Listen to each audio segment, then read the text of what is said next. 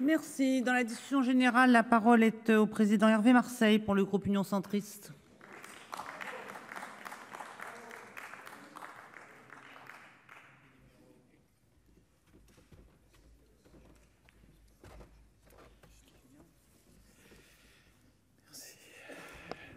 Madame la présidente, madame la ministre, mes chers collègues, avant de commencer mon propos, permettez-moi de saluer son Excellence Madame Emanuela D'Alessandro, nouvelle ambassadrice d'Italie en France, qui nous fait l'honneur de sa présence dans cet hémicycle à la tribune présidentielle.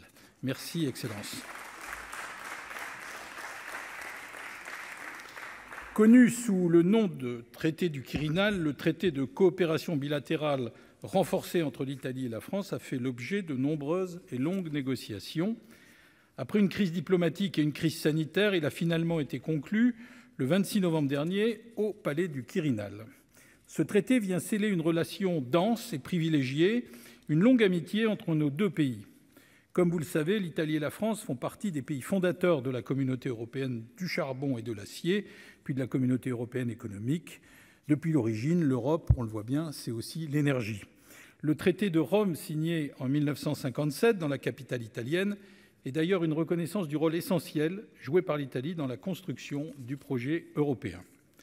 Nos échanges politiques avec l'Italie existent depuis longtemps et des sommets bilatéraux ont été organisés sur différents sujets. Pour autant, le manque de cadre et d'habitude dans les relations politiques et administratives entre nos deux États expose trop dangereusement les relations bilatérales aux variations de majorité, tant en Italie qu'en France. La ratification permettra à nos représentants respectifs d'exposer sur la scène internationale et européenne des positions mieux accordées et donc plus influentes. Le traité du Quirinal s'inscrit dans l'esprit du traité de l'Élysée de 1963. Celui-ci avait posé les jalons du couple franco-allemand et donné une base solide à une coopération régulière. Il a aussi impulsé un dialogue systématique entre l'Allemagne et la France. La France et l'Italie ont 515 kilomètres de frontières communes et partagent à la fois des espaces naturels, des infrastructures et des bassins de vie. Les enjeux de cet espace frontalier sont donc multiples: sécurité, environnement, économique ou encore liés au transport de voyageurs et de marchandises. Le traité du Quirinal a un objectif simple: organiser la relation bilatérale en lui donnant un cadre et des orientations stratégiques qui permettront de l'inscrire dans la durée. Les négociations entamées depuis 2018 avaient alors montré la grande proximité de nos deux gouvernements et notre convergence sur de nombreux objectifs, notamment européens. Je souhaite rappeler ici quelques propositions essentielles et concrètes que promeut le traité: une politique étrangère ayant vocation à stabiliser et préserver la mer Méditerranée occidentale et orientale, ainsi qu'une meilleure concertation de nos pays pour la défense de positions communes au sein de l'OTAN et de l'Union européenne. Une politique de défense qui instaure une collaboration stratégique étroite et de haut niveau, avec une assistance mutuelle en cas d'agression sur le territoire de l'un d'entre eux. Une politique de sécurité à travers la création d'une unité opérationnelle franco-italienne dont l'ambition est de mieux coordonner les actions contre les réseaux d'immigration clandestine, la criminalité, la corruption et la fraude. S'agissant de l'immigration, je vous rappelle combien, dans ce domaine, l'Italie a souvent été abandonnée à elle-même et combien il faut accompagner les efforts dans ce sens. Une politique agricole qui privilégie et protège la qualité des produits, les AOP et les IGP. L'instauration d'un service civil commun pour les jeunes. Il prévoit l'invitation régulière de ministres au Conseil des ministres respectifs sur le modèle du traité d'Aix-la-Chapelle. Le traité assure également un volet parlementaire en reconnaissant l'importance de la coopération entre nos parlements respectifs, et je vous remercie, Madame la Ministre, de l'avoir souligné dans votre propos, ainsi que mon collègue Boucher. Le 25 septembre dernier, les Italiens ont choisi de placer à la tête de leur pays Madame Meloni.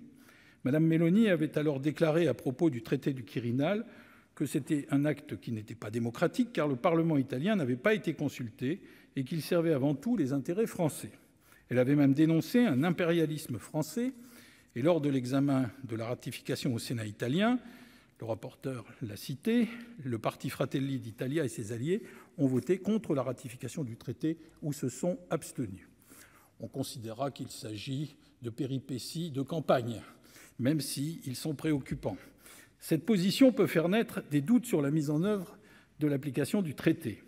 Pour autant, des signes encourageants et des clarifications ont été donnés depuis. Ainsi, hier, Lors de sa déclaration de politique générale, la présidente du Conseil italien a rappelé à dessein que l'Italie faisait pleinement partie de l'Europe et qu'elle souhaitait une intégration européenne plus efficace. Madame la ministre, le président de la République a pu rencontrer Madame Meloni lors de son déplacement en Italie le week-end dernier, et je considère que c'est une bonne chose. Le sujet a été bien évoqué dans leurs échanges. J'espère que vous pourrez nous apporter des éclaircissements dans ce domaine. Est-ce que la mise en œuvre du traité est bien à l'ordre du jour des agendas politiques respectifs? Peut-être pourrez-vous nous éclairer sur cet aspect des choses. Vous avez compris que le groupe Union centriste appelle de ses vœux toute action en ce sens. À l'heure où les équilibres mondiaux sont bouleversés et que la guerre a fait son retour sur le sol européen, il est plus que nécessaire de sceller durablement entre la France et l'Italie une coopération historique et des ambitions communes.